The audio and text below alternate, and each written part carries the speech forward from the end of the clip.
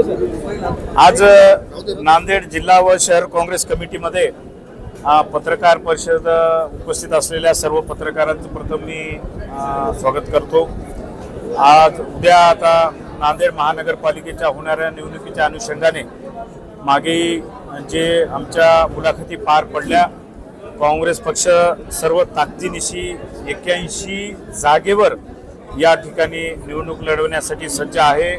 सर्व सक्षम उमेदवार या ठिकाणी काँग्रेसचे संपूर्ण 81 जागेवर उभा टाकण्यास सज्ज आहे।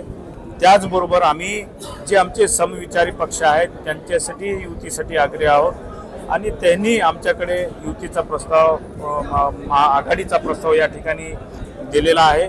आता शेवटी ही महानगरपालिका म्हणल्यावर कार्यकर्त्यांची निवडणूक असते।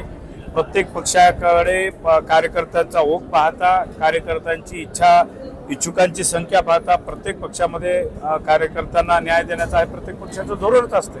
पण त्या उपरही या ठिकाणी महाविकास आघाडी असेल, समविचारी पक्ष असतील, आम्ही त्यांना सोबत घेऊन चालण्यासाठी या ठिकाणी प्रयत्नशील आहोत आणि येणाऱ्या 1-2 दिवसामध्ये स्पष्ट होईल की या ठिकाणी काँग्रेस पक्ष कोणासोबत वाटेघाटी या ठिकाणी झालेल्या असतील किंवा काँग्रेस पक्ष कोणासोबत जरी नसेल तर स्वबळावर या ठिकाणी सज्ज आहे। काँग्रेसची आता सध्या कोणत्या पक्षासोबत बोलली जात आहे? काँग्रेसची सध्या वंचित आहे, शिवसेना उभाटा आहे, राष्ट्रवादी आहे, रासपवाल्यांनी आम्हाला काल प्रस्ताव दिला आहे, समाजवादी पक्ष आहे, असे वेगळे जे समविचारी पक्ष आहेत त्यांनी आमच्याकडे आघाडीचा प्रस्ताव दिलेला आहे। काँग्रेसची महापालिकेवर गेले अनेक वर्षापूर्वी सत्ता आहे, ती सत्ता कायम ठेवण्यात काँग्रेसला यावेळी यश मिळेल का?